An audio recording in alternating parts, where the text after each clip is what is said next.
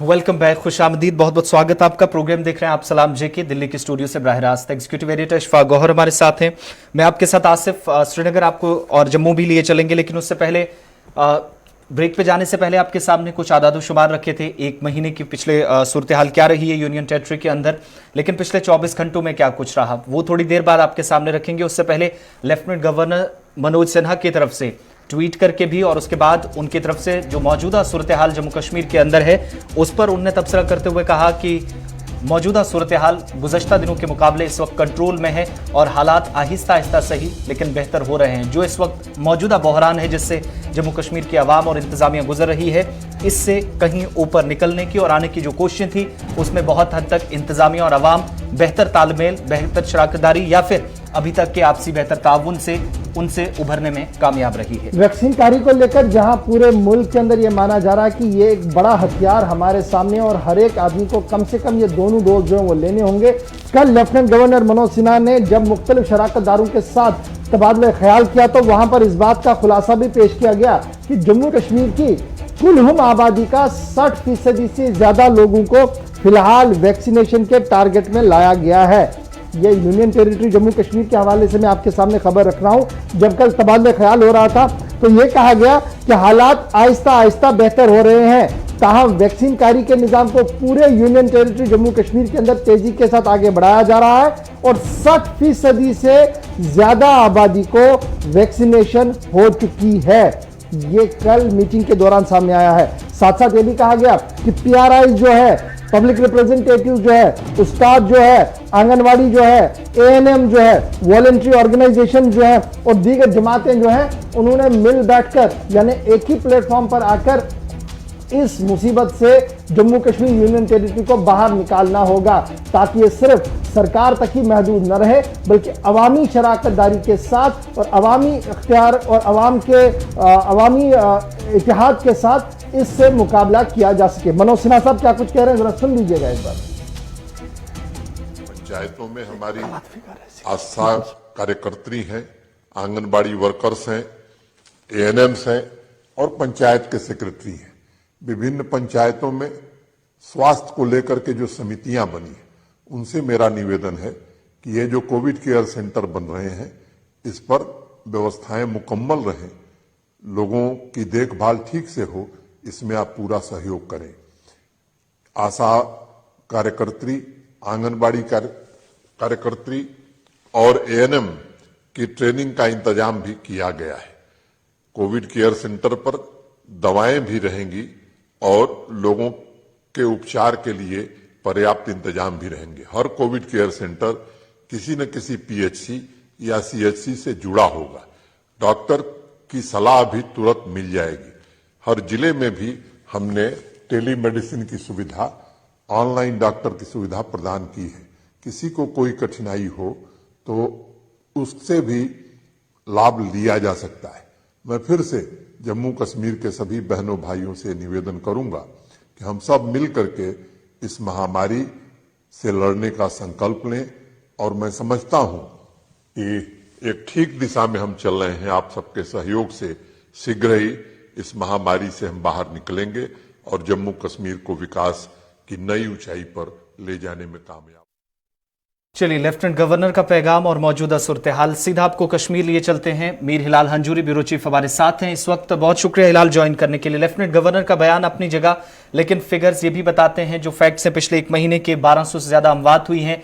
Positivity ratio थोड़ा जरूर नीचे आया, ग्राफ गिरा है, लेकिन दूसरी तरफ शरह अमवात श्रीनगर और जम्मू के अंदर नहीं थमी है। ये बाइस तशवीश है। मगर इन सब के बीच में जो एक लफ्ज लेफ्टिनेंट गवर्नर की तरफ से इस्तेमाल किया गया कि सब कुछ कंट्रोल में है, जमीनी हकाइक क्या है? देखिए, सब कुछ कंट्रोल में नहीं है लेकिन बहुत कुछ कंट्रोल में है, क्योंकि पिछले ही महीने या इसी महीने का जब हम जिक्र करते हैं और डेटा देखते हैं तो हमने देखा कि 5,500 तक का रोजाना जो ग्राफ है वो पहुंच गया था।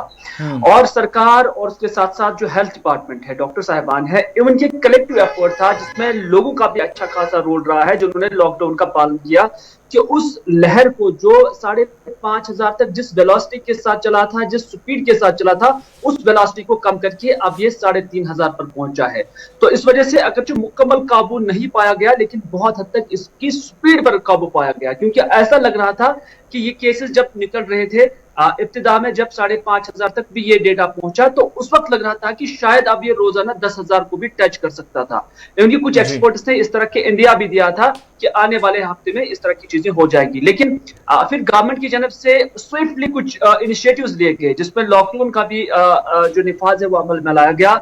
लोगों ने भी अपने हिसाब से इसमें कोऑपरेशन दिया, और उसके साथ साथ बाकी चीजें जो है इसके पैरेलल जो चली हैं, उसकी वजह से इसकी वेलोसिटी और स्पीड जो है वो कम हुई है। तो इस वजह से एक इस पर काबू जो है जरूर पाया गया। लेकिन जब हम एक्सपर्ट्स की ही राय देखते हैं, उनका मानना है कि दूसरी लहर से हम निकलेंगे, और उनने मई का ये आखिरी हफ्ता और उसके साथ साथ जो इब्तिदाई हफ्ता होगा जून का, वो भी उन्होंने टारगेट दिया हुआ है।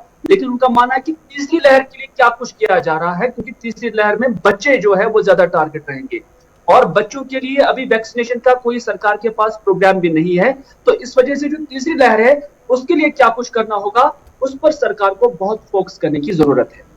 अच्छा, एक चीज और भी जो डेटा प्रोवाइड किया जा रहा है, जिसमें नेशनल एवरेज वैक्सीनेशन के प्रोग्राम की आपने बात की, तो हमारी यूटी की नेशनल एवरेज 32 से 33% के करीब है। जब सिर्फ यूटी को हम देखते हैं तो 60% से ज्यादा है। और आदादोशुमार फाइनेंशियल कमिश्नर के बयान के मुताबिक इस वक्त 28 लाख से ज्यादा लोगों को वैक्सीन दी गई है, पहली और दूसरी खुराक वाले भी इनमें शामिल हैं।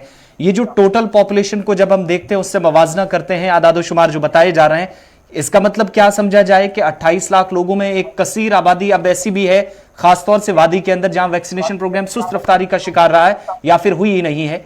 वो जो सेट टारगेट था उसकी तरफ एडमिनिस्ट्रेशन बढ़ी है या किसी हद तक बढ़ती नजर आ रही है, या जो आज बयान दिए जा रहे हैं? देखिए, मुझे लगता है कि जो गवर्नमेंट के अहदाफ है वो अचीव हो सकते हैं। पहले लग रहा था कि कश्मीर के अंदर वैक्सीनेशन प्रोग्राम जो सरकार की जानब से चलाया गया, और उसमें बाज़ाब्ता बेदारी की मुहिम भी चलाई गई, लेकिन उसके बावजूद लोग वैक्सीनेशन से दूर रह रहे थे। तरह तरह के खदशात आम लोगों में पाए जा रहे हैं, न सिर्फ आम लोगों में बल्कि जो एक्सपर्ट्स डॉक्टर साहिबान जो इस मेडिकल फेटर्निटी के साथ वाबस्ता है, उनमें भी इस तरह के खदशात पाए जाते थे कि शायद जो वैक्सीन करने के बाद कुछ ऐसी डेवलपमेंट्स होती है बॉडी के अंदर जो मुज़िर असरात के तौर पर जिंदगी भर फिर उनके साथ रहते हैं। लेकिन ये चीजें वक्त बीतते ही गलत साबित हुई, और उसके बाद जो सरकार की जानब से प्रोग्राम चलाया गया उसका अब लोगों ने लबैक भी किया है। यानी कि आज की डेट में आप देख रहे हैं कि ऐसे सेंटर्स के अंदर, वैक्सीनेशन सेंटर्स के अंदर लोगों की जानब से एहतजाजी मुजाहरे हो रहे हैं, और लोग चाहते हैं कि उनकी वैक्सीनेशन हो जाए। जोक दर जोक जो है लोग आ जाते हैं। आज रोजाना आपके सेंटर के पास सिर्फ 50 से 100 के आसपास ही वैक्सीन दस्तयाब रहते हैं, जो अलग अलग गांव देहात में जब हम देखते हैं, जबकि लोग उससे ज्यादा कसीर तादाद में वहां पर होते हैं। तो इस तरह से जो सरकार ने अहदाफ रखा है, ये तभी मुकम्मल हो सकते हैं, तभी अचीव हो सकते हैं, जब सरकार के पास वो सफिशिएंट क्वांटिटी ऑफ जो वैक्सीन हैं वो अवेलेबल रहेंगी इन सेंटर्स पर। तो फिर इन अहदाफ को पूरा करना कोई बड़ी बात नहीं है।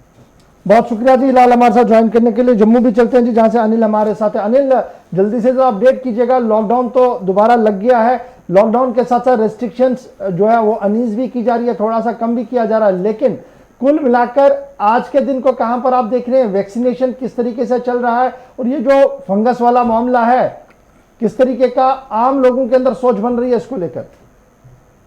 जी, गौर जी साफ तौर पर जाहिर कर दूं भी कहीं ना कहीं जो है आम जनता के बीच जो है खौफ देखने को मिल रहा है, क्योंकि ब्लैक फंगस को लेकर लगातार जो है जम्मू कश्मीर में भी, कल कश्मीर में भी एक मामला देखने को मिला है, और सस्पेक्टेड मामले जम्मू जीएमसी के अंदर जो है वो भी ऑब्जर्वेशन में रखे गए हैं। उनकी रिपोर्ट्स आना बाकी है, वो कहीं ना कहीं जो है वो इंतजार किया जा रहा है। 2 से 3 लोग बताए जा रहे हैं सोर्सेज के हवाले से। और एक चीज इसमें साफ तौर पर कह दूं कि लगातार मृत्यु दर का आंकड़ा जो है वो जम्मू जीएमसी के अंदर जो है वो रुकने का नाम नहीं ले रहा है। इसके साथ साथ एक चीज और साफ तौर पर जाहिर कर दूं कि कहीं ना कहीं काफी ज्यादा जो है खबरें होने के बाद जीएमसी की नाकामियां जब सामने आना शुरू हो गई, और जब गुलिस्तान ने एक्सपोज करना शुरू किया, तो कहीं ना कहीं उन पर जो है काफी ज्यादा असर देखने को मिला है।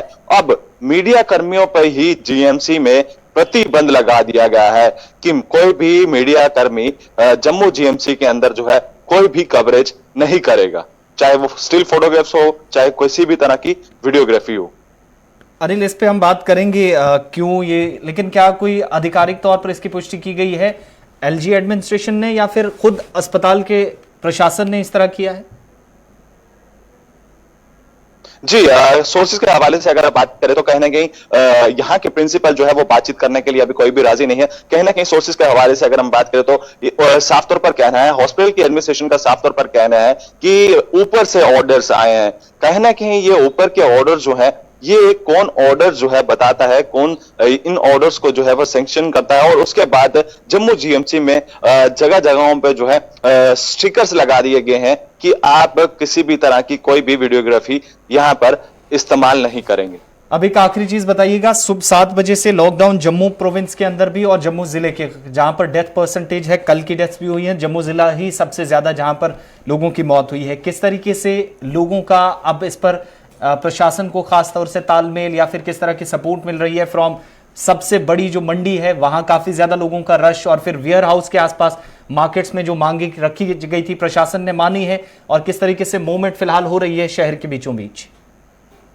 शहर की मूवमेंट की बात करें तो लगातार जो है लोगों का आवाजाही जो है सुबह के समय में काफी ज्यादा जो है देखने को मिलती है। मंडियों में भी टाइम जो है वो बढ़ाया गया था, मगर अब उस टाइम को जो है घटा दिया गया है। कहीं ना कहीं जो है, कहीं ना कहीं आने वाले समय में जो है एक बार फिर से जो है हैवी रश वो वहां पर जो है वो देखने को मिल सकता है, और अभी भी वहां पर जो है वो रश देखने को मिलता है। प्रशासन के नुमाइंदे वहां पर मौजूद होते हैं, मगर कहीं ना कहीं एक बार फिर से संक्रमण को इजाफा दिया जा रहा है। इसमें एक चीज मैं और ऐड ऑन करना चाहूंगा कि जब डीआरडीओ द्वारा जम्मू जीएमसी में जो है वैकेंसी से जब नियुक्त करने के लिए काफी ज्यादा कतारों में जो है, कल एक वीडियो काफी ज्यादा जो है वायरल हो रही है कि लोग इंतजार करते हुए लंबी लंबी लाइनों में जो है वो देखने को मिल रहे हैं, और कहीं ना कहीं जम्मू जीएमसी के साथ साथ ये साफ तौर पर जो है नाकामियां दिख रही हैं। और कहीं ना कहीं हमारे साथ ज्वाइन करने के लिए, ये बताने के लिए कि किस तरीके की सूरत हाल जो वो बन रही है। बढ़ते हैं जी आगे, जरा एक और खबर जो बड़ी इंपॉर्टेंट है, इसके साथ ही उसको भी आगे बढ़ाते हैं और फिर लद्दाख की भी खबर आपको बताते हैं। आसिफ जी जल्दी से। बिल्कुल, जम्मू कश्मीर की सूरत हाल की बात हो रही है तो तीसरा केस जो कि ब्लैक फंगस का सामने आया है, और वादी कश्मीर से पहला केस है। अगली खबर की ओर चलते हैं, और बड़ी और अहम खबर अपने आप में, क्योंकि सस्पेक्टेड केसेस हैं, अभी मुकम्मल तौर पर कंफर्मेशन होना बाकी है। मुसलसल तीसरा दिन है जब मुस्बत मामलात में कमी यूनियन टेरिटरी के अंदर देखी गई है, लेकिन कुल मुतासरीन की तादाद जहां पर 2,71,000 से इस वक्त तजावुज कर गई है, वहीं पर तीसरा केस डिटेक्ट हुआ है कश्मीर वादी से पहला जम्मू कश्मीर के अंदर। तीसरा ये केस था, मुश्तबा केस है, और निशानदेही मरीज की हो चुकी है, और आज माना जा रहा है मजीद इसकी तशखीस होगी, बायोप्सी होगी, और इसके बाद रिपोर्ट जुमेरात तक माना जा रहा है कि शायद सामने आएगी, जिससे मजीद चीजें क्लियर हो पाएगी। क्या कश्मीर के अंदर 100% पहले केस की तस्दीक हो पाई है या नहीं, जो अभी तक सस्पेक्टेड केस। बड़ी दो चीजें इसमें जी, जो डॉक्टर साहबान का मानना है कि ब्लैक फंगस वादी कश्मीर के लिए कोई नई चीज नहीं है, इससे पहले भी कई मरीज जो है वो आए हैं, शिफायाब होकर उनका इलाज मुआवजा करके वो वापस भी चले गए हैं। माहिरीन की तरफ से इस बात का दावा पेश कर दिया। और दूसरी बड़ी बात, जो सीनियर ऑप्थेल्मोलॉजिस्ट है जो इस पूरे मामले पर नजर रख रहे हैं, उनका मानना है कि ये जी हाथ लगाने से या साथ रहने से नहीं फैलता है। यानी ये जो महामारी है, ये जो ब्लैक फंगस की एक नई परेशानी सामने आ रही है, ये हाथ लगाने से या साथ चलने से बीमार के नहीं फैलता है, ये अंदर इम्यून सिस्टम की कमी की वजह से बनता है, जिस वजह से एहतियात बरतने की काफ़ी ज़्यादा ज़रूरत है। ये भी बात क्लियर कर दी गई है, क्योंकि लगातार ये देखा गया था कि दहशत मच रही थी कि अब क्या किया जाए। तो ब्लैक फंगस के लिए ये कहा गया कि ये कम्युनिकेबल जी नहीं है, ये इनर आपकी है, अंदर परेशानी होती है जिसकी वजह से ये होता है। तो ये भी दूसरी बड़ी बात बड़ी इंपॉर्टेंट है। लेकिन आज बायोप्सी की जाएगी, जुमेरात तक उसका जो है वो रिपोर्ट आएगा, जिसके बाद ही ये माना जाएगा कि जिस मरीज के लिए कल ये कहा गया था कि ब्लैक फंगस ने दस्तक दी है श्रीनगर के अंदर, वो सही है या नहीं है।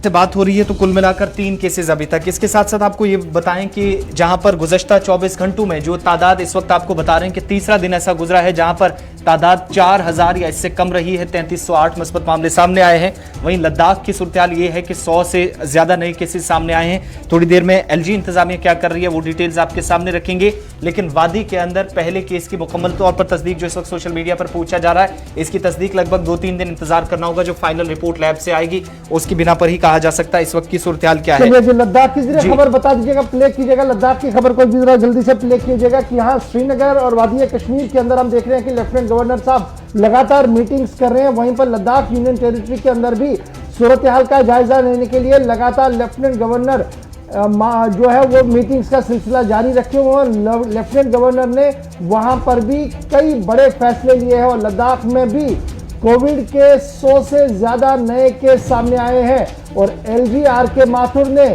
सूरत हाल का जायजा लिया है, यानी कोविड सूरत हाल का खुद जायजा लिया है। फाल और मुतहरिक हिकमत अमली तैयार करने पर अफसरान को जोर दिया है और तीसरी बड़ी बात कि ऑक्सीजन और अद्वियात के हवाले से हिकमत अमली को तय किया गया है। अब ये ऑक्सीजन वाला मामला जो है वो लद्दाख के एतबार से आप देख सकते हैं वहां पर कई ऐसे इलाके जहां ऑलरेडी ऑक्सीजन कम है, लेकिन ऑक्सीजन सप्लाई और स्टेटस का रिव्यू लिया गया जिसमें यह कहा गया कि अब ऑक्सीजन प्लांट जो है वो ज़ंस्कार के अंदर भी लगेगा जी, द्रास के अंदर भी लगेगा, नोबरा के अंदर भी लगेगा। उसके साथ साथ इन तीन के साथ साथ पीएम केयर के तहत जो 100 लीटर पर मिनट कैपेसिटी वाला ये जो है ये सारा यहां पर बनेगा। प्रिंसिपल सेक्रेटरी पवन कोतवाल समेत कई सीनियर अफसरों ने वहां पर जो है एलजी आर.के. माथुर को ब्रीफ किया है। 100 से ज्यादा नए केस भी सामने आए हैं। ताहम बड़ी बात जो है वो ये है कि एलजी जो है उन्होंने साफ कर दिया है कि जितने भी सीनियर पीडियाट्रिशियन हैं यानी बच्चों के डॉक्टर हैं वो अपने इलाकों के अंदर ड्यूटी पर रहेंगे और एक स्ट्रेटजी बनाएंगे कि तीसरी वेव में बच्चे मुतासिर हो सकते हैं, वहां पर क्या कुछ करने की जरूरत है। डिपार्टमेंट ऑफ हेल्थ के साथ बैठकर स्ट्रेटजी को फ्रेम अप करेंगे ताकि दस्तक देने से पहले ही हमारे हाथ में इलाज भी हो सके। तो जहां जम्मू कश्मीर में मीटिंग्स का सिलसिला जारी है, हिकमत अमली तरतीब दी जा रही है, रिव्यू लिए जा रहे हैं, वहीं पर लद्दाख से भी खबर यह है कि आर.के. माथुर लगातार मीटिंग्स बुला रहे हैं और ऑक्सीजन प्लांट को लेकर भी वहां पर ज़ंस्कार, द्रास और नोबरा के अंदर वज़ीर-ए-आज़म केयर फंड के तहत जो है ये नए प्लांट्स लगाए जा रहे हैं। जी आसिफ। चलिए, इस बीच हमारे साथ फोन लाइन पे डॉक्टर यासिर राथर साहब भी हैं जो कि माहिर नफ्सियात हैं, उनसे भी ज़रा बात करते हैं क्योंकि मौजूदा सूरत हाल में इस वक्त ख़ास तौर से दिमागी तवाज़ुन बहुत सारे लोगों का बिगड़ रहा है या ख़राब होता है, उसकी क्या वजूहत हैं ये ज़रा जानने की कोशिश करते हैं। डॉक्टर साहब बहुत शुक्रिया, प्रोग्राम सलाम जेके में वेलकम। अभी करंटली हम जिस सिचुएशन से गुजर रहे हैं या थर्ड लेयर से पहले जो इस वक्त थर्ड वेव से पहले कोशिशें की जा रही हैं कम से कम बच्चों को बचाया जा सके, नौजवानों को बचाया जा सके, वैक्सीनेशन भी चल रही है, तमाम मामला हमारे सामने हैं, लेकिन जिस तरीके से दिल पर, गुर्दे पर या फेफड़ों पर कोविड-19 या फिर ब्लैक फंगस असरअंदाज हो रहा है, इसके असरात नेगेटिव इम्पैक्ट पड़ रहे हैं, दिमाग पर कितना इसका असर होता है करंट सिचुएशन जिससे हम इस वक्त गुजर रहे हैं? अस्सलाम वालेकुम। देखिए, ये जो सेकेंड वेव थी जो अभी चल रही है, बदकिस्मती से ये second wave all of sudden I और इसमें बहुत ज़्यादा मॉर्बिडिटी हमने देखी, बहुत ज़्यादा तेज़ी से ये जो इन्फेक्शन है इस टाइम बहुत ज़्यादा तेज़ी से फैला और मोर्टेलिटी बहुत बदकिस्मती से मोर्टेलिटी भी बहुत ज़्यादा हुई। बेसिकली ये कहा गया, एक्सपर्ट्स ने कहा है कि ये म्यूटेंट स्ट्रेन था तो इसकी वजह से ये चीज़ें हुई हैं। तो इससे जाहिरी तौर है कि इससे लोगों में लोग बहुत पैनिक करने बैठे और बहुत डर लोगों में हुआ, बहुत खौफजदा हुए जी। तो बहुत बुरी बहुत नेगेटिव इफेक्ट पड़ा है लोगों की सेहत पे। और जो फिर से ये लॉकडाउन का जो देखिए ये कोविड डिजीज जो है ना, कोविड डिजीज इसके जरिए एक नॉर्मल डिजीज से थोड़ा अलग है क्योंकि इसमें जो एसोसिएटेड फैक्टर्स हैं जैसे आइसोलेशन, क्वारंटीन या जो लॉकडाउन है या जो लॉकडाउन की वजह से फाइनेंशियल स्ट्रेन लोगों को फेस करने पड़े जी, उससे इन फैक्टर्स से जहनी सेहत पर बहुत असर पड़ा लोगों पर। पिछले एक साल से चल रहा है तो इसकी वजह से जहनी सेहत पर बहुत ज्यादा नेगेटिव इफेक्ट पड़ा। जी, तो अगर इसके लिए हमें चाहिए कि अगर हम अपनी जहनी सेहत का ख्याल रखना, हमें बहुत जरूरी है कि अपनी जहनी सेहत का ख्याल रखें। इसमें कुछ तदाबीर करने पड़ेंगे आपको। पहले तो पैनिक नहीं करना है।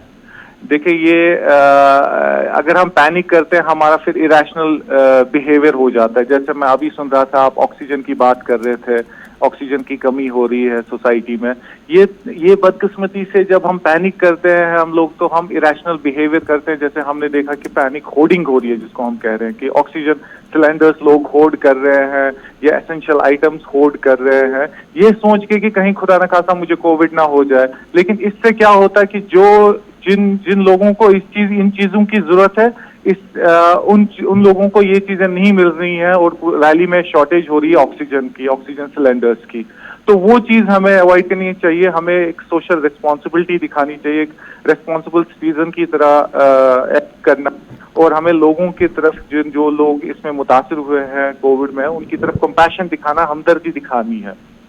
ठीक है, उससे हमारी जी जी जी उससे जी, हमारी कंपैशन दिखाएंगे, अगर हम हमदर्दी दिखाएंगे, ये देखा गया है कि इससे आपकी जहनी सेहत पे बहुत ही पॉजिटिव इफेक्ट पड़ता है।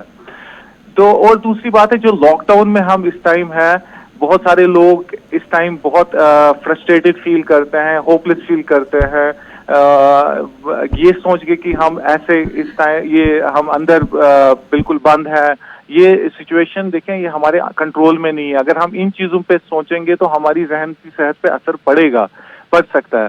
तो इससे अच्छा है कि हम उन चीजों पे फोकस करें जो हमारी कंट्रोल में है। अगर हम इस टाइम हमारा रूटीन डिस्टर्ब हुआ, हम उस रूटीन को घर पे बैठ के रिसेट करें, रिशेड्यूलिंग करें हम अपने रूटीन को। हमें चाहिए कि अगर हम मैक्सिमम इस टाइम बहुत सारे लोग वर्क फ्रॉम होम कर रहे हैं, तो एक से अपना जो वर्क फ्रॉम होम जो और अपनी फैमिली जो टाइम है, उसको एक बाउंड्री सेट करें। हम फैमिली के साथ भी टाइम गुजारें, बच्चों के साथ टाइम गुजारें, बच्चों के साथ नई नई हॉबीज और आउटडोर एक्टिविटीज करें घर पे बैठ के ही। उससे क्या है कि आपका ब्रेन स्टिमुलेट रहेगा, माइंड आपका स्टिमुलेटेड रहेगा, और आप बहुत ही पॉजिटिव फील करेंगे। इसके बगैर स्लीप अपनी एडुकेट रखें, और मतलब ये ऐसा ना हो कि पूरा आप रात को भी सोएं, दिन को भी सोते रहें। एक एडुकेट स्लीप रखें, 8-9 घंटे की स्लीप रखें। वो स्लीप बहुत एसेंशियल है आपकी सेहत के लिए, जहनी सेहत के लिए। ठीक है। दूसरा है कि आप दूसरी चीज देखिए कि आप बहुत सारे लोग सोशल मीडिया के साथ ग्लूड रहते हैं, और यही नेगेटिव न्यूज जो कोविड रिलेटेड न्यूज के रिलेटेड ऑब्सेसिव बनते हैं, वो ज्यादा सुनते हैं, उसका भी नेगेटिव इफेक्ट पड़ता है आपकी सेहत पे। तो आपको चाहिए कि एक लिमिट रखें सोशल मीडिया पे। ये जो सोशल मीडिया के रिलेटेड जो ये कोविड रिलेटेड जो न्यूज हैं, नेगेटिव न्यूज, उनको वो आप ज्यादा उन पे तवज्जो ना दें। हाँ, इन्फॉर्मेशन रखें, इन्फॉर्मेशन रखनी है आपने, लेकिन क्रेडिबल सोर्सेज से इन्फॉर्मेशन रखें। लेकिन इस इन्फॉर्मेशन के साथ डॉक्टर यासिर साहब, इस वक्त गज़ा क्या खानी चाहिए? घर बैठे लोग, या फिर जिन लोगों का आपने जिक्र किया काम भी करते हैं और काम के बिना भी, दोनों तरह के लोग हमारे सामने हैं। घर में बैठे लोगों के लिए क्या करने की जरूरत है जब वो घर से बाहर निकलने की इजाजत भी नहीं है, ना भी हो, तब ऑप्शंस क्या है? देखिए, सोशल जिसमें तदाबीर हैं, जो गाइडलाइंस है कि आपको सोशल आइसोलेशन की बात करते हैं। सोशल आइसोलेशन मतलब ये नहीं है कि आपको इमोशनली या सोशली आपको बिल्कुल आइसोलेट करना, आपको फिजिकल आइसोलेशन करनी है, फिजिकल डिस्टेंसिंग रखनी है, फिजिकल आइसोलेशन करनी है। सोशली आप कनेक्टेड रह सकते हैं। आपके पास माशाल्लाह हमारे पास इस टाइम जो टेक्नोलॉजी है, हम वीडियो कॉल कर सकते हैं अपने जो रिलेटिव्स हैं, या अपने नेबर्स हैं, या अपने फ्रेंड्स हैं, उनके साथ कनेक्टेड रह सकते हैं थ्रू डिजिटल मीडियम। तो वो आप उसके थ्रू आप इमोशनली कनेक्टेड रहेंगे। देखा गया है कि देखें, अगर आप सोशली आइसोलेट करेंगे अपने आप को, बिल्कुल कट आउट करेंगे अपने आप को, वो आपकी जहनी सेहत पे ठीक नहीं है। आपको इनकनेक्टेड रहना अपने रिश्तेदारों और अपने फ्रेंड्स के साथ थ्रू, हाँ, वर्चुअल मीडियम कर सकते हैं आप, वो उसके थ्रू कर सकते हैं। और हमें चाहिए देखिए, मैंने फिर से कहूंगा, मैं कंपैशन रखना, हमें कंपैशन रखना है। जो लोग बेचारे इस डिजीज में मुब्तला हुए हैं, या जिनके यहाँ सदमा पहुंचा है, दुख पहुंचा है, डेथ्स हुई हैं, जो हमारे जान पहचान के, अभी तो मुझे लगता है मैक्सिमम हर किसी घर में कोई ना कोई इस कोविड डिजीज में मुब्तला हुआ है, या कहीं ना कहीं अपनी जान पहचान में किसी न किसी की डेथ हुई है। तो उनको रीच आउट करें, उनकी मदद करें। चलो, फिजिकली अगर आप जाना चाहते हैं, अप्रोप्रिएटली कोविड अप्रोप्रिएट बिहेवियर रख के, मास्क करके, डिस्टेंस रख के उनकी मदद करें, उनका दुख है वो बांटे, या थ्रू अगेन मैं कहूँगा फिर से वर्चुअल मीडियम के थ्रू उनका दुख बांट सकते हैं। उनको कॉल करके, उनको वीडियो कॉल करके आप उनको एक सहारा दे सकते हैं। तो वो चीज करके आप देखेंगे कि आपकी जहनी सेहत पे बहुत अच्छा असर पड़ेगा। और उसके बगैर मैंने बार बार कहता हूँ हमेशा हर किसी प्लेटफॉर्म की, एक फिजिकल एक्सरसाइज हम अगर करें, हम फिजिकल एक्सरसाइज मतलब अगर आप जस्ट देखा गया है, रिसर्च में तहकीक में देखा गया है कि अगर आप 20 मिनट की फिजिकल एक्सरसाइज करते हैं, ब्रिस्क वॉक जैसे हम लेते हैं, मतलब थोड़ा ब्रिस्क वॉक करेंगे, आपके अंदर ऐसे कीमाई अज्जा निकलते हैं, हार्मोन्स निकलते हैं, जिससे आपकी एक तो फिजिकल सेहत भी ठीक रहती है और मेंटल सेहत भी, जहनी सेहत भी ठीक रहती है। बहुत बहुत शुक्रिया डॉक्टर यासिर राथर साहब, माहिर नफ्सियात हमारे साथ थे अपना कीमती वक्त देने के लिए। और नौजवानों को इस वक्त क्या कुछ करने की जरूरत है जो जहनी तनाव है उससे कम इस वबाई सूरत से बाहर निकला जा सके, इस हवाले से मुफीद मशवरा दे रहे थे। बढ़ते हैं आगे, बात जरा रोहिंग्याज के हवाले से भी करते हैं, क्योंकि ये वो मामला है जो तकरीबन 3 माह पहले, आपको याद होगा कि जम्मू से इस पर काफी ज्यादा सियासत तेज हुई थी और कुछ लोगों को जेल जाना पड़ा था, कुछ को डिटेंशन सेंटर्स में। तो इन सब के बीच में अब अदालतों तक मामला पहुंचा है। ताजा मामला अदालत के सामने जब पहुंचा है तो क्या कुछ इस वक्त कहा गया है रोहिंग्याज के हवाले से, वो जरा आपके सामने रखते हैं। रोहिंग्या के मामले पर अदालत के सामने अदालत ने फिलहाल दोनों रोहिंग्या पनाह गुज़ीरों को जिन्होंने दरख्वास्त दी थी जमानत के लिए, उनकी जमानत समाअत तो की है, लेकिन अर्जी उनकी मुस्तरद कर दी गई है। और अशफाकुर रहमान और अब्दुल गफूर, जिन पर यह इल्जाम है कि उन्होंने भारत में रहकर पनाह गुज़ीरों की हैसियत से नाजायज तौर पर वो सारे दस्तावेजात बनाए जिनमें आधार, बर्थ सर्टिफिकेट और उसके साथ साथ कुछ और डॉक्यूमेंट्स बनाए, जिसके बाद वो लगातार ये दावा पेश कर रहे थे कि वो भारत के रहने वाले सिटीजन हैं। तो जब अचानक से सभी मामलों की छानबीन हुई और पता लगा, तो उसके बाद इन दोनों लोगों की गिरफ्तारी हुई है। और बठंडी, जम्मू के बठंडी इलाके से इन दोनों नौजवानों की गिरफ्तारी होने के बाद इनका मामला अदालत के सामने आया था। अदालत में समाअत के बाद यह साफ कर दिया कि इन दोनों की रिहाई नामुमकिन है। अमन कानून की सलामती के लिए रिहाई बन सकती है खतरा, अदालत की तरफ से साफ कर दिया गया। तो एक बड़ा झटका अशफाकुर रहमान और अब्दुल गफूर को उस वक्त लगा है जब अदालत ने उनकी सुनवाई तो सुनी, लेकिन रिहाई करने से मना कर दिया। पुलिस के मुताबिक बैंक पासपोर्ट, एक तो उनके पास बैंक पासबुक निकला है, एटीएम कार्ड, आधार कार्ड, बर्थ सर्टिफिकेट और कमोबेश 1 लाख से ज्यादा रकम अब्दुल रहमान के घर से बरामद हुआ। और इसी तरीके से जो गफूर नाम का, अब्दुल गफूर नाम का आदमी है, उसके घर से भी इसी तरीके के दस्तावेजात और 2 लाख से ज्यादा रकम बरामद कर दी गई थी, जिसके बाद पुलिस ने उन्हें हिरासत में लिया था। तो फिलहाल रोहिंग्याओं के हवाले से खबर यह है कि अदालत ने जमानत देने से साफ मना कर दिया। चलिए बढ़ते हैं आगे।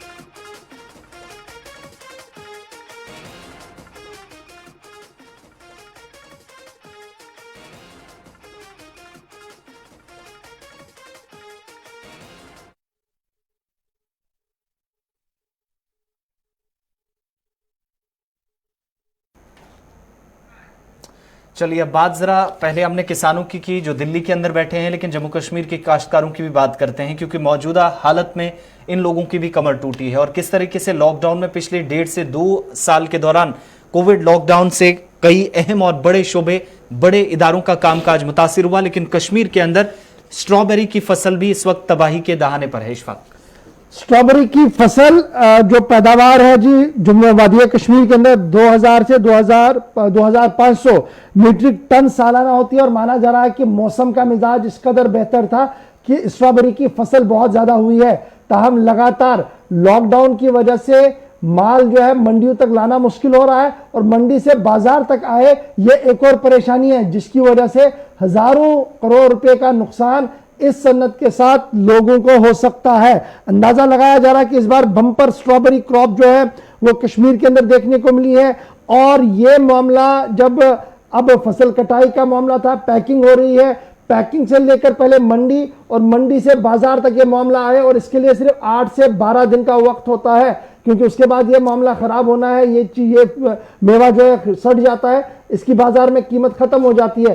तो माना जा रहा है कि जिस तरीके से इस बार फसल आई है और जिस तरीके से निजाम को चलाने की कोशिश की जा रही है, उससे बड़ा धचका जो है वो इस सनत को लग सकता है। और जो काफी लोग इसके साथ जुड़े हुए हैं, लाखों लोग जो इस सनत के साथ जुड़े हुए हैं, उन्हें काफी बड़ा नुकसान हो सकता है, क्योंकि लगातार लॉकडाउन एक वजह, और फिर माकूल निजाम हॉर्टिकल्चर महकमे की तरफ से न होना दूसरी परेशानी, और फिर मार्केट के अंदर आम लोगों की नकल हमल पर जिस तरीके से पाबंदी है, तो मार्केट से भी मायूसी आ सकती है। तो खदशा जाहिर किया जा रहा है स्ट्रॉबेरी फार्मर्स की तरफ से कि अगर लगातार यहां की ओर पूरी तरह से नहीं तवज्जो मबजूल नहीं की गई तो इस सनत के साथ जो लोग जुड़े हुए हैं उन्हें इस साल भी बहुत बड़ा खसारा उठाना पड़ सकता है। तो यह है माइशत का हाल हमारी जम्मू कश्मीर के अंदर, जहां पर एक के बाद एक सूरत हाल आपके सामने है। जी आसिफ।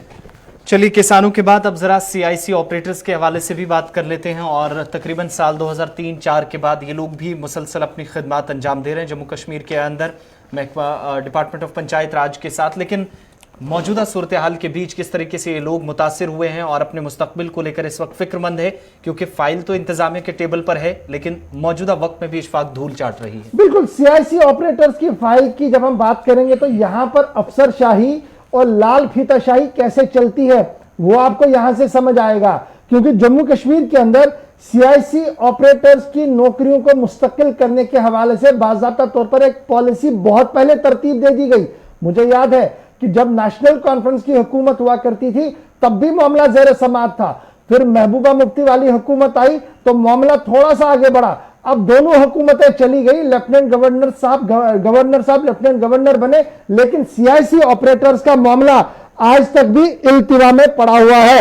और 172 सीआईसी ऑपरेटर्स की जो फाइल जनरल एडमिनिस्ट्रेटिव डिपार्टमेंट को रूरल डेवलपमेंट डिपार्टमेंट की तरफ से भेजी गई है वो पिछले कई हफ्तों से लगातार एक ही टेबल पर है। यह आप समझ सकते हैं इस बात से कि 170 सीआईसी ऑपरेटर्स को रूरल डेवलपमेंट डिपार्टमेंट में नौकरियां मुस्तकिल करनी है और 16 मार्च 2021 को सेक्रेटरी रूरल डेवलपमेंट जो है उनकी तरफ से बाज़ाब्ता तौर पर अप्रूव की गई फाइल और फॉर्मर अप्रूवल के लिए बेची गई जनाब एलजी साहब के सिविल सेक्रेटरीट को, और ये अब फाइनल ऑर्डर एलजी ऑफिस से निकलना था। लेकिन 16/3/2021 से लेकर आज तक फाइल जिस टेबल पर रखी गई थी उसी टेबल पर है, आगे बढ़ी नहीं। अफसरशाही का यह निजाम है। अब थोड़ा सा माजी की ओर आई है। दो चीजें बड़ी इंपॉर्टेंट है इसके साथ आसिफ, एक कि इन सभी मामलों को लेकर 172 सीआईसी ऑपरेटर्स काम क्या करते हैं। जितना भी आपका नरेगा, मनरेगा और 10 तरह की स्कीमें चल रही हैं उनका ऑफिशियल डाटा यही लोग मेंटेन कर रहे हैं और पिछले कई सालों से ये काम चल रहा है वहां पर।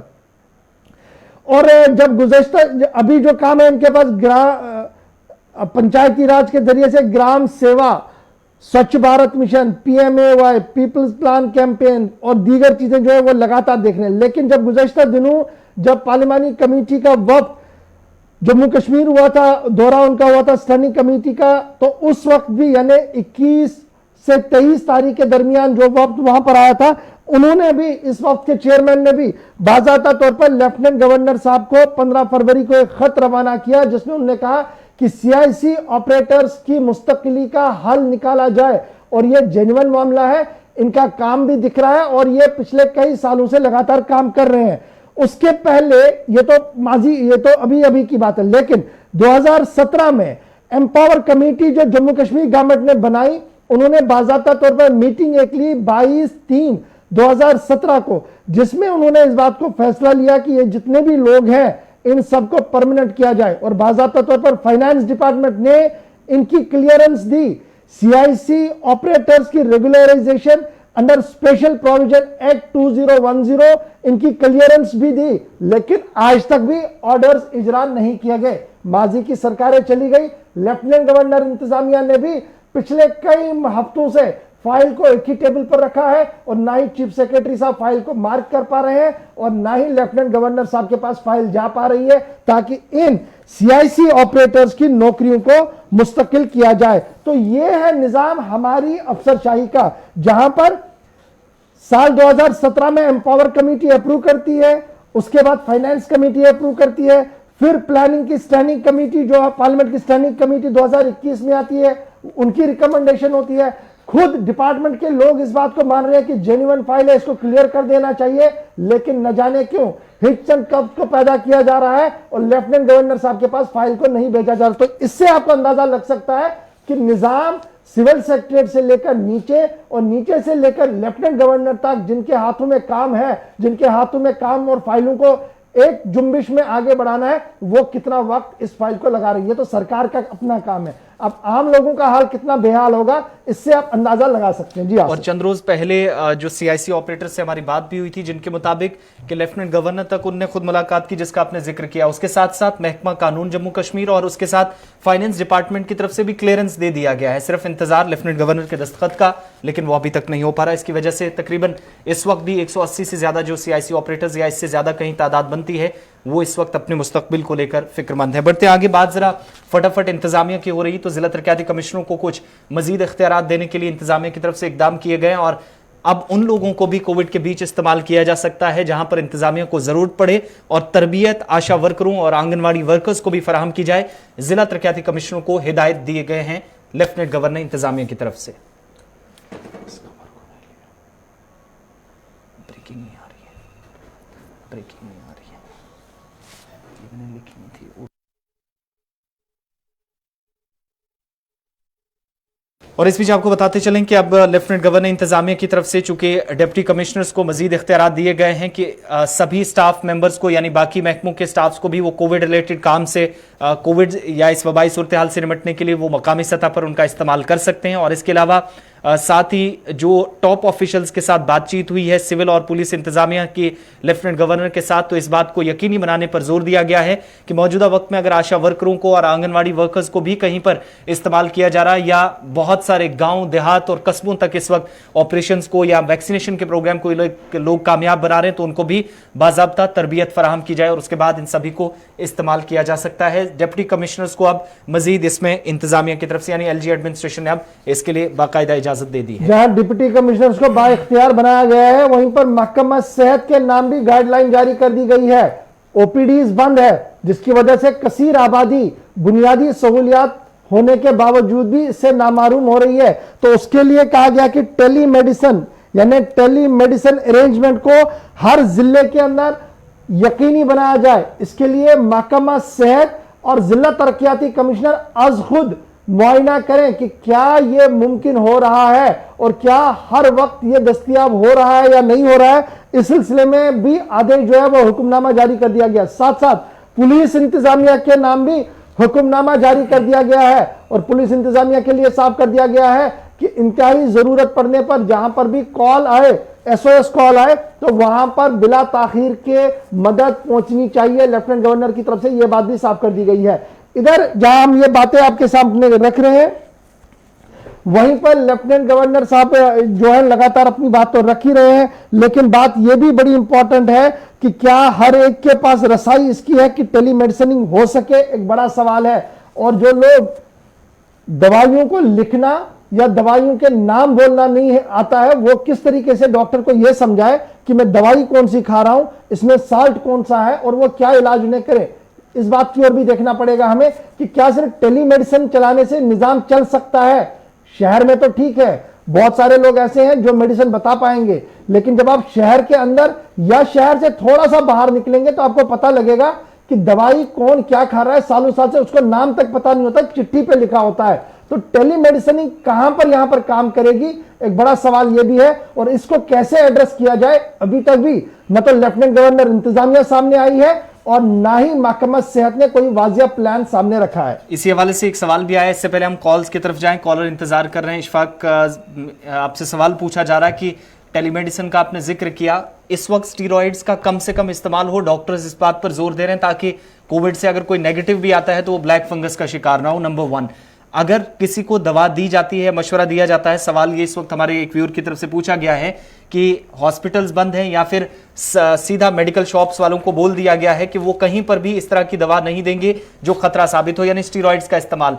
फिर अगर फोन पर आप राब्ता करते हैं तो ये कैसे मुमकिन है, वहां से डॉक्टर बता रहे हैं और दूसरी तरफ सप्लाई बंद की जा रही है, तो ये कैसे पॉसिबल है कि कोविड पेशेंट्स का जिनको स्टीरॉइड्स का इस्तेमाल करना है उन्हें ये दी जा सके। दो चीजें हैं जी, एक तो अस्पताल की जहां तक बात है तो अस्पताल को एक और हुक्मनामा भी गया है कि अब जब इमरजेंसी पेशेंट आएगा तो आप ये नहीं कहेंगे कि इसका पहले कोविड टेस्ट कराओ तब हम जाकर देखेंगे, उसको तुरंत के तुरंत आपने देखना पड़ेगा। ये बड़ी बात आ रही है सामने कि लेफ्टिनेंट गवर्नर ने सभी अस्पतालों के लिए यह हुक्मनामा जारी किया है कि इमरजेंसी पेशेंट को ट्रीट किया जाए और यह ना देखा जाए कि ये कोविड है या नॉन कोविड है, पहले उसको ट्रीट किया जाए, उसके बाद जो कोविड प्रोटोकॉल है वो देखा जाए। क्योंकि लगातार शिकायतें यह आ रही थी कि इमरजेंसी में गए लोग, उनका इलाज हुआ नहीं, उनका कहा गया कि पहले कोविड टेस्ट करवाएं, और तब तक उनकी मौत भी हुई है। तो ये सूरत हाल ना बने, ये बड़ी इंपॉर्टेंट है। अब जहां तक स्टेरॉइड का सवाल है जी, ये जितनी भी दवाएं हैं पहले लेनी ही नहीं चाहिए, खुद नहीं लेनी चाहिए, किसी भी कीमत में भी नहीं लेनी चाहिए।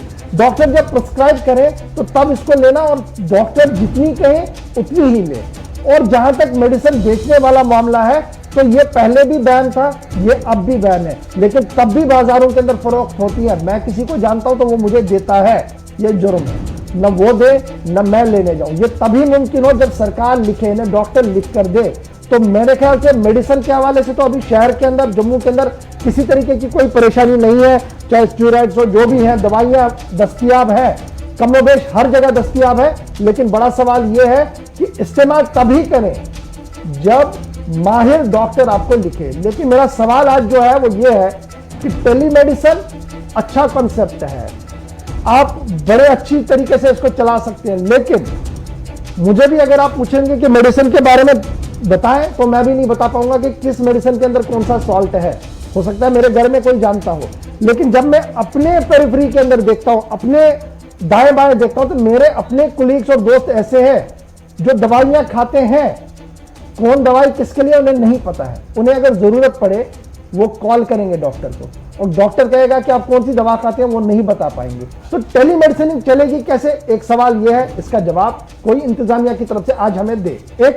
और दूसरा कि क्या यह मुमकिन नहीं है कि जितने भी प्राइवेट इंस्टीट्यूशंस हमारे हैं, सरकार उन्हें चंद दिनों के लिए अपने हाथ में ले, वहां पर ओपीडीज खोले, वहां पर देखे। क्योंकि आज के दिन श्रीनगर हो या जम्मू, प्राइवेट क्लिनिक चल रहे हैं, वहां पर प्रोटोकॉल है नहीं है, मैं इस पर नहीं जाऊंगा, लेकिन अगर वहां पर हम मैनेज कर पा रहे हैं तो सरकार अगर चाहे तो बड़ी चीजें हो सकती है। इसकी और महकमा सेहत जरा तवज्जो दे और हमारे छोटे से सवाल का जवाब भी दीजिए आसिफ। लेकिन इस पर भी कहीं ना कहीं वाज़ेह पॉलिसी के साथ क्या महकमा सेहत को आने की जरूरत नहीं है? अगर डॉक्टर कहीं से प्रिस्क्रिप्शन जिसका आपने जिक्र किया वहां पर लिख देता है, क्योंकि बाहर तो सप्लाई फिर बंद की गई है, वहां पर भी सख्त हिदायत है कि आप दुकानों पर इस तरीके से ना दे, तो ये चीज जो फर्क है इस पर भी सवाल पूछा जाता है। दुकानों पर ना दे मतलब कि मैं जाऊं, मेरे हाथ में कोई प्रिस्क्रिप्शन नहीं है, मतलब किसी आम तो नहीं मिलेगा। जी। जब आपके पास देखिए कुछ ऐसी दवाइयां हैं जब आप जाएंगे मार्केट में नहीं मिलती है, जबकि वो अवेलेबल होती है, जब आप चिट्ठी लेकर जाते हैं वो आपको दे देते हैं। कोडिन जैसी दवाई है जिसे नशे के लिए कुछ लोग इस्तेमाल करते हैं, लेकिन बीमारी का इलाज भी है, लेकिन जब आपको प्रिस्क्राइब है तो वो दे देते हैं, नहीं है तो नहीं मिलता है आपको। चलिए कॉल्स का आगाज करते हैं। पहले कॉलर हमारे साथ हैं, अपना नाम बताएं, कहां से?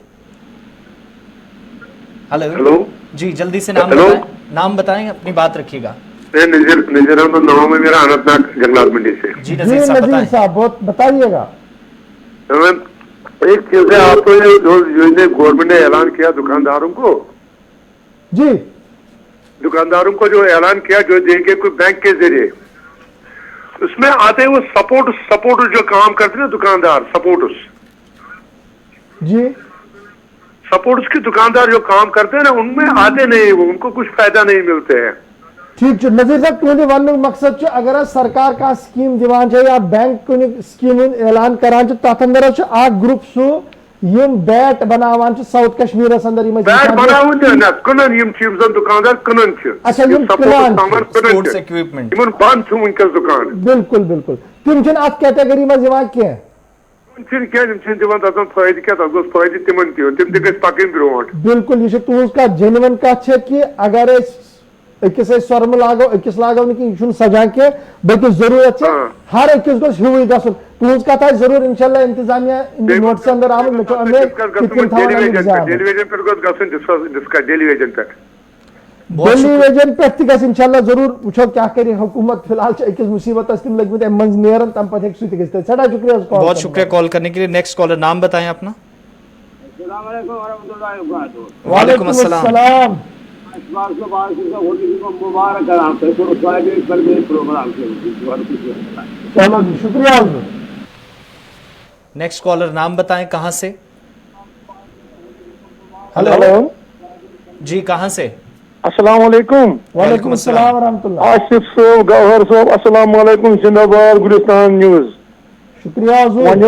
वन अर्ज यित कन जनाब, तुम पान जानान, तुम पान कशिर ये मसल बाजरस मं ठूल तो बनानी, वन गो सोरे गबी सब्जी वब्जी अंध हेत वन दिख पुलिस आर्डर जनाब तुम करो सा इन मदद क्या तुम मदद करानी पे वालान लुकन डंड पे सोजन तम हस्पताल अड़ज हस्पताल ये तिम पे दवा तह बन बिचारन कहें लग तावनस दम चीज अगर यमो मीटिंग कर जनाब आज ब्रो 3 रेत अमरनाथ यात्रा खतर कम सहूलियत गन ईद रूज वो ईद वो 2 रेत वन गन कुर्बान तीर बाकी चीज गई बाकी सहूलियत हजूर वाला बाजरस मज युत द्रजर खुदायस मंगू नजात यह हालात रात मूद फिरूट मंडी मज जनाब तज तक ये तमें गो पुलिस डंड वल पे हस्पताल तक दिख कोविड पेशेंट करार क्या यह तुहद जनाब मेहरबानी तुम तोह कत वात अवामस तानत यम मसल बे ओत्र डॉक्टर फारूक अगर दित 1 करोड़ 40 लाख यम रुपये गसान तो गसान कोत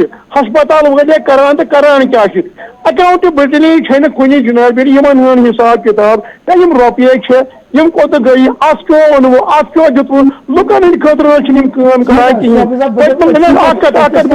जवाब तुम सह गो यह पोस गसान तुम याद कि जम्मू कश्मीर अंदर लगित नई ऑक्सीजन प्लांट तम तिमन पोसन आम तक फारूक साहबन पे फंड मज क्या JNK MPO दुत अड़न हज मरकजी हुकूमतन लगित यह वन कि ना लगी ऑक्सीजन प्लांट लगान अगर नया मुसीबत सैनिस श्रीनगर अंदर तो बाकी न लग तम बावजूद तम कर जरूरत तिकाज यह गज आज ब्रो 10 वरी यह गई ना तम सात न अत कुन जैन न मुल्कस अंदर न सैनिस स्टेट अंदर वन बार बार ओकुन गसान थोड़ा सा ताब तहमुल कम लेकिन तुज कत सही कि जनाब अरेंजमेंट्स करू सी अगर बंद यह गो ठीक लॉकडाउन खोलो यह गो ठीक लेकिन द्रजर हंगतमंग गो पत्मो कह 10-15 दो पे अत पे गि रोक लगन यह गि वुचन कि यह आर्जी तौर आमुत पैद कर कह चीज तो हवाल बदल चीजों दिन क्या मुल्कस अंदर तम हालात यह वुचन तिमन लुकन यह जिम्मेदारी दिसम सदा शुक्रिया कॉल बहुत शुक्रिया। नेक्स्ट कॉलर नाम बताएं अपना कहाँ से? मैं कमरवाड़ी से जी ना वन पन मोहम्मद अयूब साहब वन पब्लिक ट्रांसपोर्ट तहसील वाबस्त थवान गो सरकार यह गो सारे खोर मुतासर यह पता सारे खोर मुतासर गो बे अगर बाकी दुकानदार मदद करान बाकी मजूरन करान मदद पब्लिक ट्रांसपोर्ट यम सात हुकूमत चलावान तम सात योर टैक्स टोकन दिवान परस डबल तुखन मगर वनकस सोर वनकस अगर बंद सह पब्लिक ट्रांसपोर्ट योत बाकी रियायत दिन मगर अह मदद सरकार की तरफ। चलो सठा शुक्रिया कॉल करने बापत। चलिए एक और कॉलर दे दीजिएगा। हेलो हेलो जी सौरी नारी पर पे जनाब गवर साहब कर ब्रो अर्ज यह रूद बन पे ड्रेन मगर कह जग तक बंद अगर बेमार हेकान हस्पताल नीत कह ब्रो कोर अर्ज यमो रोड कटिंग कर्म तथ बन पोस मगर गवर्नमेंट अत पे कह तवज्जो दिवान मेहरबानी कर कर सान कथ नीन तवज्जो पहन गई बड़ प्रॉब्लमस पस गई। चलिए सदा शुक्रिया बहुत शुक्रिया कॉल करने के लिए। नेक्स्ट कॉलर नाम बताएं अपना। हेलो जी अस्सलाम वालेकुम हुकूमत जनाब मार्केट कह गसान ठुल ट्राई 1.5 रपये सह क्लान 2 कह हिसाब 15 रपये एकदम खलित कुछ जाए कह हिसाब सब्जी क्या मेहरबानी कर हजरत।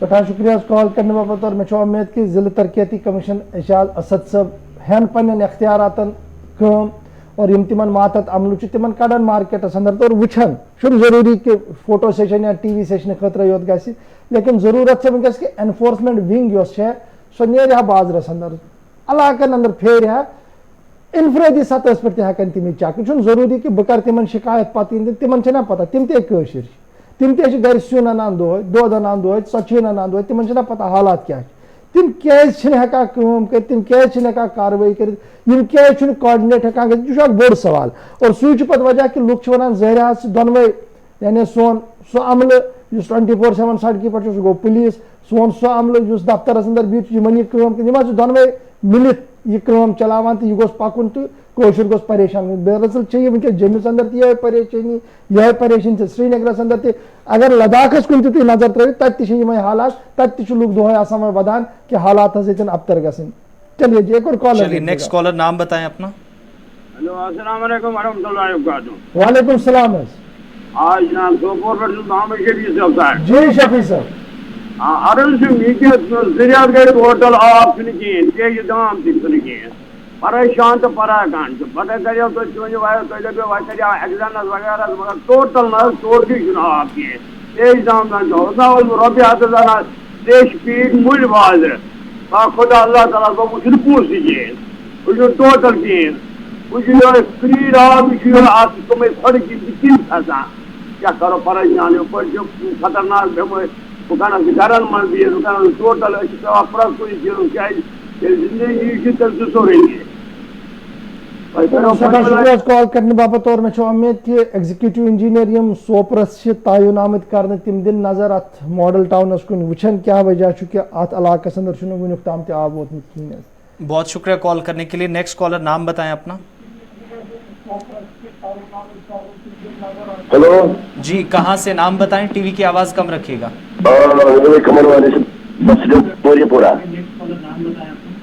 हेलो जी आवाज करी बस बंद गोड़े पूर बस स्टैंड पे तमाम ट्रांसपोर्ट बंद तमाम करने सबसे क्या करने मदद कर बस स्टैंड पब्लिक ट्रांसपोर्ट सोरे बदल आम अच्छा तमाम टोकन टैक्स तमाम चीज बरान जाती कर सोर बंद सोन आम कुछ जाए सोन माल पब्लिक ट्रांसपोर्ट तक बस स्टैंड पे। चलो इंशाल्लाह जरूर कर कत अम ब्रो कर दोस्तन कॉल तम तोन कि वो ट्रांसपोर्ट इंतहाई मुतासर सपदान और अगर वो 2019 पे शोब इंतहाई मुतासर और हुकूमत पज ओकुन जोन दिन तवज्जो दिन बड़ जरूरी तिकाज यह सानी सोसाइटी हूं हिस्सा यह ओनर गाड़ी हूं यह चलावन वोल यह कंडक्टर यह शेरन वोल गाड़ी शेरन वोल मिस्तर सह बिचोर अमी अथ जुड़ित वो गाड़ी रोजस बंद सह क्या कर तथ सह मालिक तम पे तम बाकी लोग तथ सामान अनान बड़ चेन गमत मुतासर मे अल्लाह ताला बूझन यह मुसीबत मज कर आजाद और अल्लाह ताला कर एहसान सारे। चलिए बहुत शुक्रिया। नेक्स्ट कॉलर, नाम बताएं। हेलो अस्सलाम वालेकुम। वालेकुम सलाम। हेलो जी वालेकुम सलाम। हेलो मैं नेहरू पार्क से बोल रहा हूँ। जी जनाब, नाम बताइएगा अपना। मेरा नाम है अब्दुल रहीम। जी अब्दुल रहीम साहब बताएं। जनाब मे अर्ज आज का यह सड़क डल गेट गम खत्म सड़क क्या रतन मज आज कमा वमा लागन कहें डल गेट सड़क गई वसित। अच्छा बिल्कुल यह तथ गेटस नश सड़क ना कम ना ग सड़क नील सारी। चलो सटा शुक्रिया कॉल करने बाबा। चलिए जी एक और कॉलर दे दीजिएगा। हेलो हेलो जी, मैं कुलदीप राज केरनी जम्मू से बोल रहा हूँ। जी कुलदीप राज जी। हाँ जी सर, मेरी एक रिक्वेस्ट है आपको जी,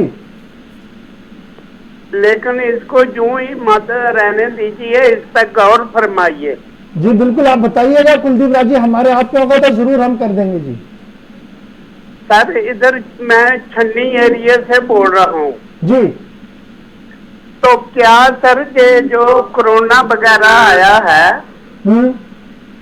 ये ब्लैक फंगस आया है, वाइट फंगस आया है, ब्लू फंगस आया है, इसमें आपका म्युनिसिपैलिटी या कारपोरेटर जो हैं इनकी क्या ड्यूटी है? बिल्कुल कोई इन्होंने सैनिटाइज करना, कोई स्प्रे करना, कोई कुछ करना। मुझे पता चला कि फाइलों में तो हो रहा है एवरी डे। अच्छा जी। लेकिन प्रैक्टिकली ना लास्ट ईयर में पूरा साल हुआ, ना इस साल किसी ने किया, ना कोई कारपोरेटर अपने घर से बाहर आया जी। इसके लिए सर आप कोई हेल्प कर सकते हैं? चलिए जी कुलदीप राज जी, बहुत शुक्रिया जी कॉल करने के लिए। बड़ा मुद्दा आपने बताया, हम जरूर करेंगे कि जो जम्मू म्युनिसिपल कॉरपोरेशन के जिम्मेदार हैं वो इस बात को सुने और मेयर डिप्टी मेयर जो हमेशा फोटो सेशंस के लिए तैयार रहते हैं वो भी जरा इनकी बात को सुने और छन्नी और आसपास के इलाकों के अंदर देखे कि क्या सिर्फ कागजों में वहां फ्यूमिगेशन हो रही है, सफाई हो रही है, या ग्राउंड जीरो पर भी आप कुछ कर रहे हैं। क्योंकि जब लोग बात करते हैं तो ये दिल की बात होती है, इसमें पॉलिटिक्स बहुत कम होती है और दिल की बात हमेशा सच्ची होती है। इस बात को सब लोग मानते हैं। तो मुझे उम्मीद है कि जीएमसी जम्मू के लोग जो है, जिम्मेदार जो है, वो जरूर इस बात को समझ रहे होंगे। चलिए जी, चलिए लास्ट 2 कॉलर्स हमारे साथ हैं। नाम बताएं, कहां से? हेलो जी, जल्दी से नाम बताएं, बात रखिए अपनी। अस्सलाम वालेकुम, मेरा नाम है सईद मोहम्मद इकबाल। जी, कहां से? मैं अनंतनाग से बोल रहा हूँ। जी बताएं। सर, मेरा सवाल ये है कि जब से आर्टिकल 370 खत्म हुआ है तो तब से जो हालात हुए, जिनमें से सबसे ज्यादा मुतासिर लोग हुए हैं वो है या सोमो वाले, तवीरा वाले, या मतलब दुकानदार। इनको सबसे ज्यादा नुकसान हुआ है क्योंकि हमारा जो बैंक फाइनेंस हमने दुकानों का किया है तो हर महीने हम अपना मतलब जो है इंटरेस्ट समेत मतलब उनको वापस दे देते हैं। लेकिन गवर्नमेंट ने पिछले साल एक ऐलान किया था कि इनको जिनको सीसी है उनको 2 लाख रुपया हम एक्स्ट्रा मतलब उसमें दे देंगे। तो जब हम मैनेजर साहब के पास गए तो उन्होंने बोला कि जिसका जीएसटी नंबर है उनको ये 2 लाख रुपया असिस्टेंस दिया जाएगा। तो उसमें से तो हम नहीं आते हैं।